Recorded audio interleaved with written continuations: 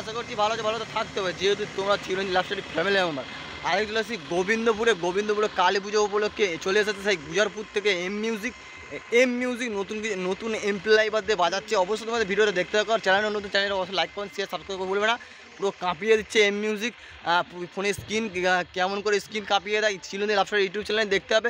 পুরো সেই লেভেলের কাঁপিয়ে দিচ্ছে এম মিউজিক গুজারপুর থেকে। চলো ভিডিওটা দেখতে লো ভাই।